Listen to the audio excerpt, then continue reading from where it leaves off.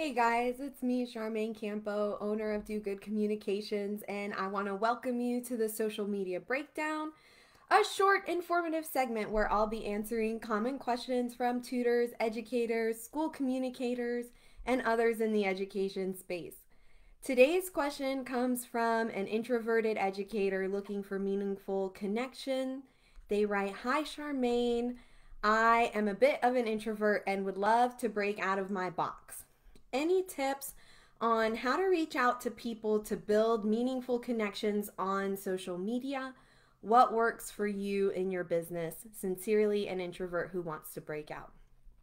Well, first of all, I'm a little bit of an introvert, so I know how it feels when you want to do outreach and you're unsure how to approach it. You have uncertainty around how to get more students, turn more phone calls and emails into clients and paying customers, how to get those clients and paying customers, in the door. Sometimes it can be very difficult to increase the number of calls per week. You might have high competition in your small local area, which you can't do anything about. So it can be really frustrating if you don't have a plan and you can feel like you're sort of tossing money out there and not getting any return, and like you don't really have enough time to handle your students, the marketing side, the business side, and then of course the personal side, spending time with your family. So let's talk about how to stop wasting time creating posts no one shares or cares about, and finally get folks engaging with your content and interacting with your business online, and how to leverage some platforms like social media, like your Facebook, Twitter, LinkedIn, Instagram, to build those long-term relationships with families and grow your potential student base.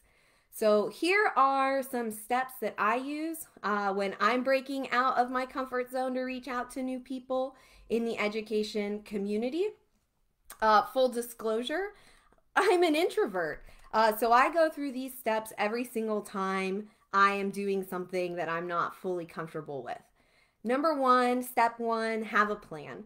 I have a joke in the education marketing world about organized chaos. Yes, there are unprecedented events that occur outside of our control, weather events, coronavirus. Sometimes, even if you're working in a large school district, there could be issues about who's doing what or when things can get released. So have a plan. Have a step-by-step plan for parent and student engagement. How are you going to make them aware of what you offer? How are you going to convince people who are on the fence to choose you? And then, of course, once you've won them over, how are you going to get them to engage, to come in for an intro, to get to know you, or to sign up for your course or program? Have that plan in place. And then have a plan in place to combat negativity, like a school PR pro. That way, it's really easy to adjust when an unprecedented event happens. Step two is get personal. I teach proven strategies like SIPA, which are the 5 characteristics you can use to help your education content go viral. I teach value framing, which talks about how you relate your educational offering to the things that your parents and students really value. And there are specific education metaphors that you can use to clarify for parents the real value of enrolling their student in your program.